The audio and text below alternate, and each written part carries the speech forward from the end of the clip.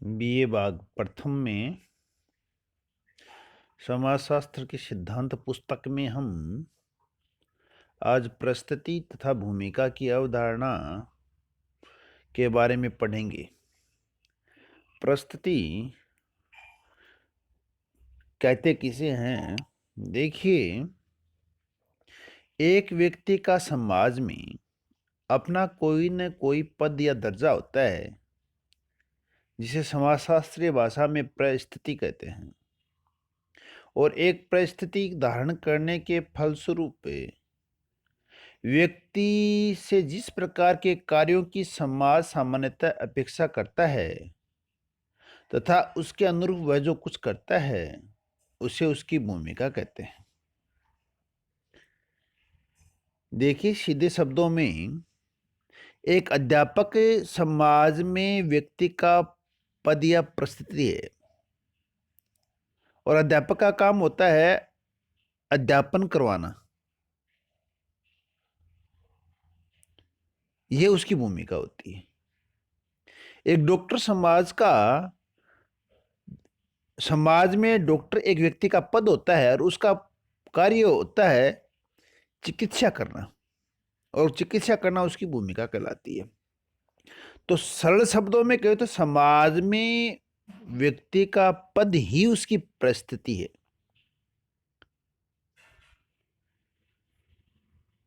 प्रत्येक समाज की संरचना एवं संगठन का निर्माण विभिन्न व्यक्तियों के द्वारा धारण की गई सामाजिक परिस्थितियों एवं भूमिकाओं के व्यवस्थित सहयोग से होता है। समाज की संरचना कैसे बनती है, उसका संगठन कैसे होता है? अनेक परिस्थितियां और भूमिकाएं होती हैं जिनसे समाज की संरचना बनती है और उसका संगठन होता है। इसलिए बिरस्टेड अपनी पुस्तक द सोशल ऑर्डर में लिखते हैं कि समाज सामाजिक परिस्थितियों का जाल है। ये प्रश्न पूछा जाता है परीक्षा में कि समाज सामाजिक परिस्थितियों का जाल है। यह किसने कहा? बिरस्टेड ने कहा। बिरस्टेड ने। पुस्तक का नाम था द सोशल ऑर्डर। बहुत इंपॉर्टेंट। परिस्थिति के अनुरूप भूमिका के निर्वाह की स्थिति को हम परिस्थिति एवं भूमिका का संतुलन कहते हैं। यदि कोई व्यक्ति परिस्थिति के अनुरूप यदि भूमिका का निर्वाह करता है, यदि डॉक्टर चिकित्सा कार्य अच्छे ढंग से करता है या अध्यापक ढंग से पढ़ाता है, यदि उसका कार्य ढंग से करता है, तो इसको क्या कहते हैं? Balance of status and role. परिस्थिति एवं भूमिका का संतुलन। और यह संतुलन ही सामाजिक संगठन का मुख्य आधार है। इसके अभाव में समाज व्यवस्था विघटित हो जाती है। यदि अध्यापक ढंग से कार्य नहीं करेगा पढ़ाने का, डॉक्टर चिकित्सा कार्य नहीं करेगा, मजदूर श्रम नहीं करेगा, इससे क्या होगा? समाज में विघटन पैदा होगा, समाज में अव्यवस्था फैल जाएगी।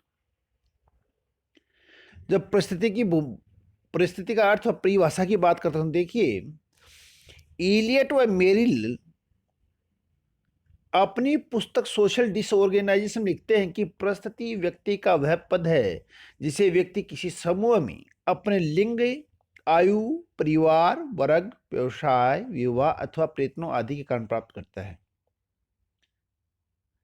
इसी क्रम में ओगमन व निम्कोव लिखते हैं कि परिस्थिति की सबसे सरल परिभाषा यह है कि यह समूह में व्यक्ति के पद का प्रतिनिधित्व करती है।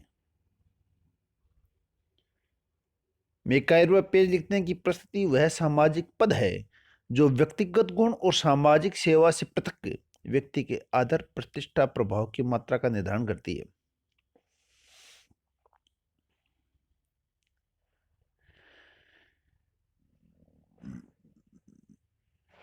ब्रिस्टल लिखते हैं सामान्यतः एक परिस्थिति, समाज या एक समूह में एक पद होता है।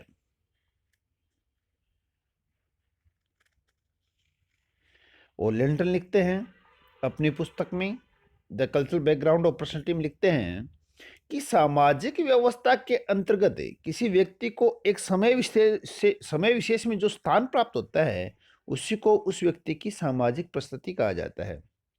ये जो Elliott Merrill, Ogburn Nimkoff, LaPiere, Kimball Young, Linton, MacIver Page Bierstedt, इन्होंने जो परिभाषाएं दी उनसे एक अर्थ निकलकर सामने आता है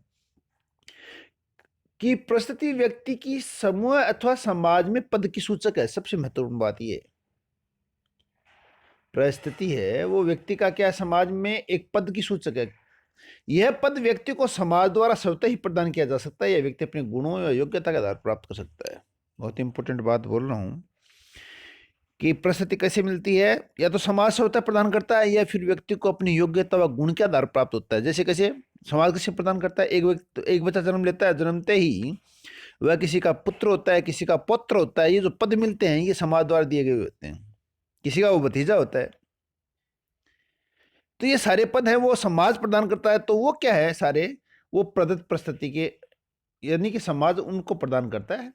और कुछ व्यक्ति हैं, जैसे कुछ पद ऐसे होते हैं जो व्यक्ति अपने गुणों के आधार पर प्राप्त करता है। कौन से पद, जैसे डॉक्टर, इंजीनियर, प्रोफेसर, जो भी है, ये ऐसे पद हम व्यक्ति अचीव करता है। अतः व्यक्ति को पद है वह समाज होते भी प्रदान कर सकता है और व्यक्ति अपने गुणों और योग्यता के आधार भी प्राप्त कर सकता है। अब हम बात करें कि परिस्थिति कितने प्रकार की होती है। देखिए, रॉल्फ लिंटन ने 1936 में अपनी पुस्तक the culture background of sociology में, the culture background of personality में, परिस्थिति के दो प्रकारों की बात करते हैं। एक तो प्रदत्त परिस्थिति जिसको एस्क्राइब्ड स्टेटस कहा जाता है, दूसरा अर्जित परिस्थिति जिसको हम अचीव्ड स्टेटस कहते हैं।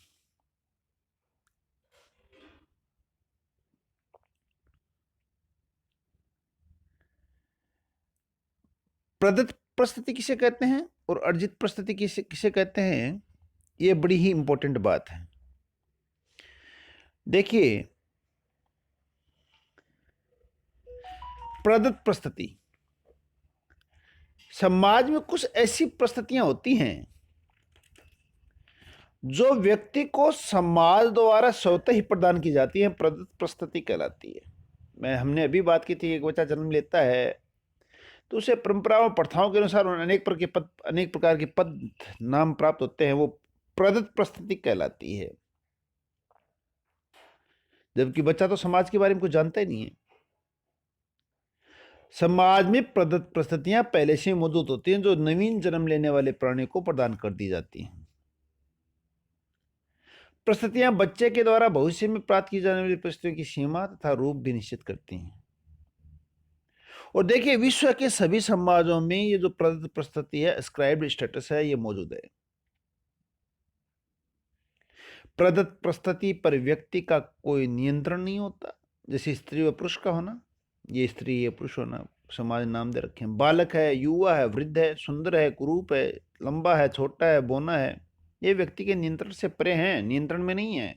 इसका मतलब प्रदत्त परिस्थिति व्यक्ति के नियंत्रण में नहीं है। लिंग भेद, आयु भेद, नातेदारी, प्रजाति, जाति, वैध व अवैध संतान, परिवार में बच्चों की कुल संख्या, गोद लेने, माता पिता की मृत्यु तथा विवाह विच्छेद आदि के आधार पर प्राप्त परिस्थितियां प्रदत्त परिस्थिति कहलाती हैं। अब जो इम्पोर्टेंट बात करना है, प्रदत्त परिस्थिति के आधार क्या है, किन आधारों पर प्रदत्त परिस्थिति प्राप्त होती है। परीक्षा में यही पूछा था कि प्रदत्त परिस्थिति व अर्जित परिस्थिति के आधार बताइए, कौन कौन से आधार हैं। तो प्रदत्त परिस्थिति का जो आधार है, पहला है लिंग भेद। शिशु का लिंग जन्म काल से निश्चित तथा प्रत्यक्ष दिखाई देने वाला शारीरिक लक्षण है जो आजीवन स्थायी बना रहता है। लगभग सभी संस्कृतियों में स्त्री व पुरुष की परिस्थितियां एवं भूमिकाओं में अंतर पाया जाता है। प्राय स्त्रियों को कोमल, भावुक, सहज विश्वासी, कमजोर, धार्मिक तथा एकवयी माना जाता रहा है। भारत में भी स्त्रियों की परिस्थितियां पुरुषों से नीचे रही हैं और इन्हें अबला, दासी और संपत्ति के रूप में समझा जाता है। इस कारण स्त्रियों को उच्च शिक्षा व्यवसाय से सदैव पृथक रखा गया था।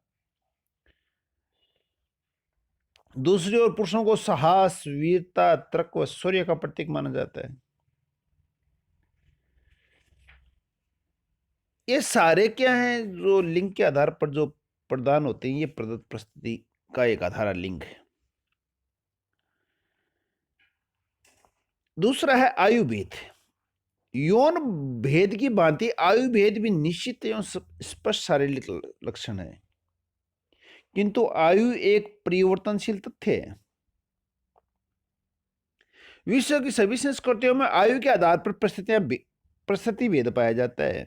आयु का विभाजन शिशु, बालक, युवा, प्रौढ़, वृद्ध आदि स्तरों में किया जा सकता है। समाज में अलग अलग आयु के लोगों को विभिन्न परिस्थितियां प्रदान की जाती हैं तथा एक विशेष परिस्थिति के लिए निश्चित आयु का होना भी आवश्यक है। बड़े भाई व छोटे भाई का भेद आयु पर निर्भर करता है। प्राय बच्चों की तुलना में वृद्ध लोगों को समाज में अधिक सम्मान दिया जाता है। इसका कारण आयु के अतिरिक्त यह भी है कि उन्हें जीवन का अनुभव अधिक है। वो परंपरा और संस्कृति के रक्षक माने जाते हैं।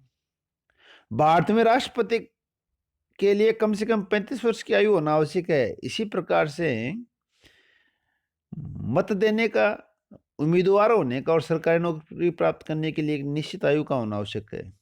हिंदू संयुक्त परिवार का मुख्य वयोवर्ग पुरुष ही होता है। भारत में ब्रह्मचर्य, गृहस्थ, वानप्रस्थ एवं संन्यास आश्रम के विभाजन का मूल आधार क्या है? आयु है। आयु के आधार पर परिस्थिति का विशुद्ध रूप तब दिखाई पड़ता है जब उस पद को प्राप्त करने किसी अन्य तत्व का कोई हाथ न हो। नातेदारी। व्यक्ति को नातेदारी का आधार पर भी अनेक पद प्राप्त होते हैं। जो प्रदत्त परिस्थिति का आधार है नातेदारी, तो देखते हैं व्यक्ति को नातेदारी के आधार पर अनेक पद प्राप्त होते हैं। एक व्यक्ति का अपने माता पिता और रक्त संबंधियों से संबंध होता है। उनसे संबंधित होने के कारण वह भी अनेक प्रश्न प्राप्त करता है।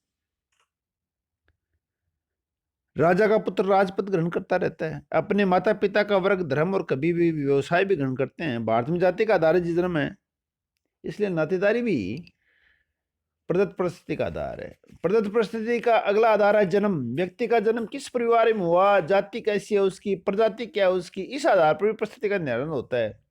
शाही घराने ऊंचे जाति के में जन्म लेने वालों की सामाजिक परिस्थिति ऊंची होती है। शारीरिक विशेषताओं के आधार पर भी प्रदत्त परिस्थिति प्रदान होती है। लंगड़े लूले, काले कुलूटे, निर्बल व्यक्ति की तुलना में सुंदर और मजबूत आदमी को समाज में उच्च पद प्राप्त होता है। प्रजाति के आधार पर भी परिस्थिति प्राप्त होती है। श्वेत प्रजाति को मंगलोइड व निग्रो प्रजाति से श्रेष्ठ माना गया है।